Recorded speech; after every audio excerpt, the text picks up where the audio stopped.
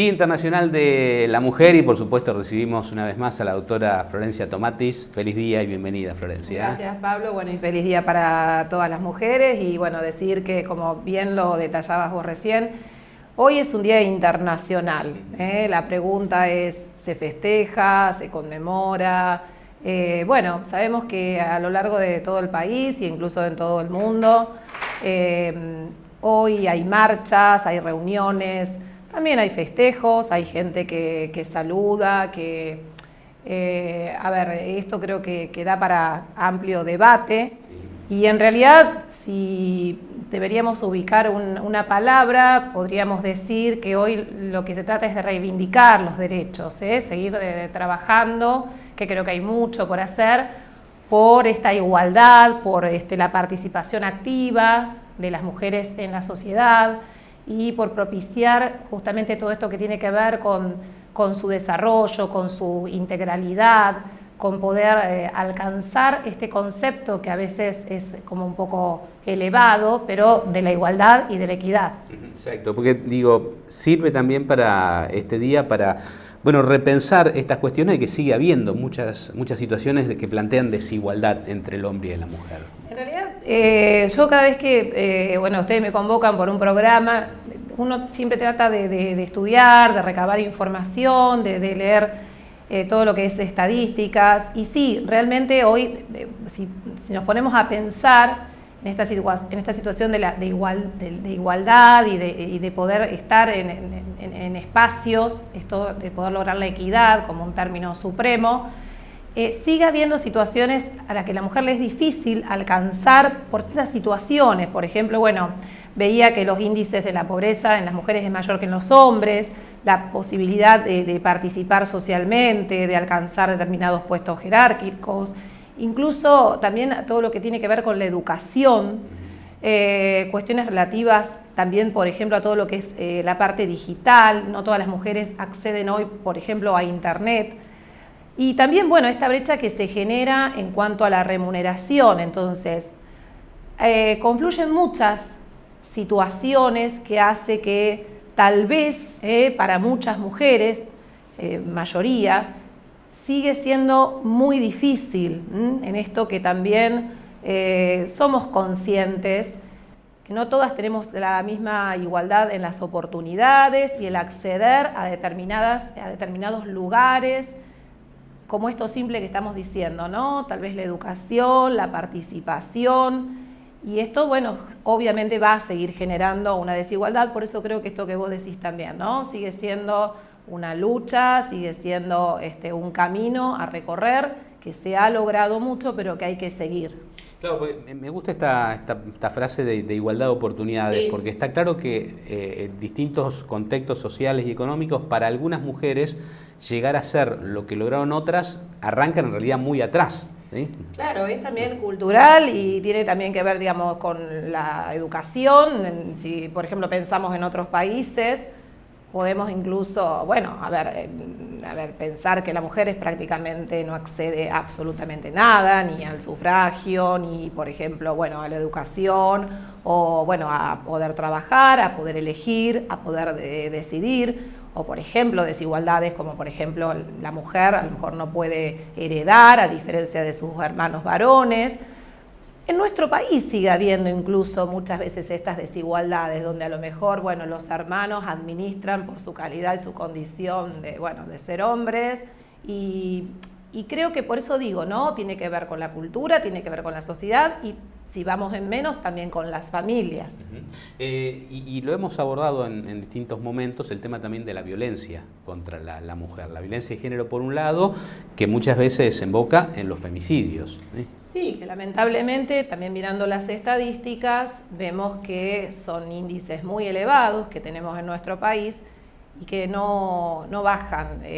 Miraba que las estadísticas en cuanto a mujeres que fallecen, digamos, en estas circunstancias, hay índices muy elevados, generalmente por relaciones que están muy vinculadas en relaciones de pareja o de exparejas, y en un porcentaje muy inferior, femicidios en forma donde hay digamos, situaciones que se generan, que puede ser en otros ámbitos, tal vez, bueno, laborales, pero bueno, o por un agresor desconocido. Pero en la mayoría de los casos siempre está vinculada a la parte afectiva y son, digamos, homicidios que se generan en los propios hogares o incluso, bueno, puede haber ocurrido también en situaciones donde ya esta convivencia haya cesado, o también lo hemos abordado en otros momentos cuando hemos hablado de las separaciones, en aquellas parejas que vienen con conflictos y desavenencias y por distintas cuestiones, que mucho también incide, si vamos a hablar de desigualdad, lo económico, lo laboral, cómo influye frente a una mujer que está padeciendo determinadas situaciones, que es víctima de violencia y no puede tomar ciertas determinaciones, como es una separación, por cuestiones laborales o económicas, porque no tiene los recursos y también porque a veces no tiene apoyo en cuanto a familiares o conocidos o el lugar incluso donde vivir. Y cuando miramos todos estos antecedentes también nos encontramos que en un gran número de casos todos estos eventos que ocurren no hay denuncias previas, son muy pocos los casos en donde se ha denunciado la violencia. Entonces pienso, ¿no? Como cuando uno empieza a resumir todo esto, que en realidad es reivindicar derechos, pero se me ocurre pensarlo también que además de los derechos que los tenemos, el tema es poder ejercerlos y también poder hacerlos efectivos. Porque muchas veces cuando vemos las distintas noticias en los distintos medios y que siguen ocurriendo hechos trágicos, y no solamente acá la violencia en cuanto lo que estamos hablando, la violencia en relación a la mujer, la violencia de género, sino también muchas veces cómo impacta en los niños, en los adolescentes que viven también en esos hogares, vemos que no se adoptan las medidas conducentes para hacer cesar o, digamos, para prevenir o frenar estas situaciones y que terminan en hechos graves. Entonces, si nosotros como sociedad repensamos todo esto, decimos ¿dónde está la falla? Porque si no nos vamos a quedar como pensando y no lo hacemos efectivo. Sí. Y además uno piensa a propósito de esto de lo que tampoco se habla mucho, después de un femicidio, hay muchos chicos que quedan sin su mamá, y en algunos casos hasta sin su papá, porque termina detenido en el caso de que haya sido el autor del femicidio. O sea, se quedan... Es así, y te puedo asegurar que hay también un número muy alto de niños que quedan sin sus padres, y esto que vos bien marcás, porque la mamá está muerta y el papá está preso.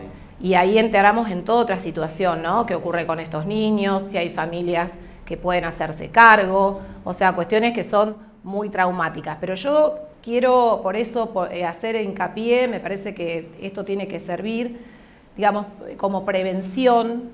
Uno intenta, me parece, bueno, poder prevenir situaciones de violencia, y recalco esto, que cuando uno ve las estadísticas, en un gran número, en un gran porcentaje, no hay denuncias.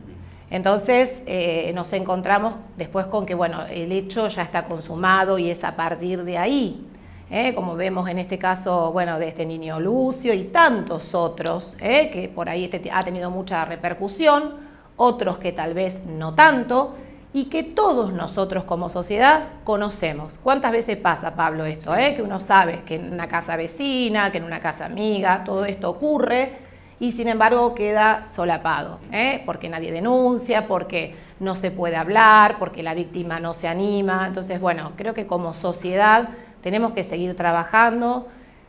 Creo que tiene que estar también en la educación, desde la educación en todos los niveles. Es muy importante, porque esto no hablamos solamente de adultos, hablamos también de niños y adolescentes. El hecho de haber incorporado la categoría de femicidio como un agravante en el sistema jurídico, ¿puede ser considerado en todo caso un paso adelante? Sí, por supuesto. Porque uno recuerda, yo tengo muy presente, y la mayoría de la gente lo tiene, la famosa crónica policial cuando hablaba de crimen pasional, por ejemplo, ¿no? Era el exceso de pasión el que ha llevado a matar. ¿Y cuántos que hay? Claro. Incluso en nuestra localidad, sí. Si lo pensamos años para atrás, un montón. Exactamente, por supuesto, es una evolución. Lo que pasa es que también siempre decimos, ¿no? El derecho llega un poco tarde, porque todo lo que va ocurriendo hace que cuando el derecho plasma las situaciones, llega siempre un poco tarde, a veces demasiado tarde, y todos estos hechos se consuman y son vidas. Y esto que vos decís, no solamente, bueno, en esta mamá que a lo mejor pierde su vida, también en estos niños que quedan sin una familia. Entonces, por eso yo digo, no, pensarlo desde más allá, obviamente, que la sanción en un código penal tiene que estar, pero digo esto como sociedad, seguir trabajando desde corregir ciertos patrones, desde educar, me parece que eso es fundamental y ese es el recorrido que debemos seguir haciendo como sociedad. Doctora, muchas gracias. Ojalá que el año que viene, si nos volvemos a encontrar en esta fecha, hablemos de que esas desigualdades, esa brecha sea cada vez menos, más corta. Más reducida, exactamente. Gracias a ustedes como siempre. Nosotros seguimos en el 4TV.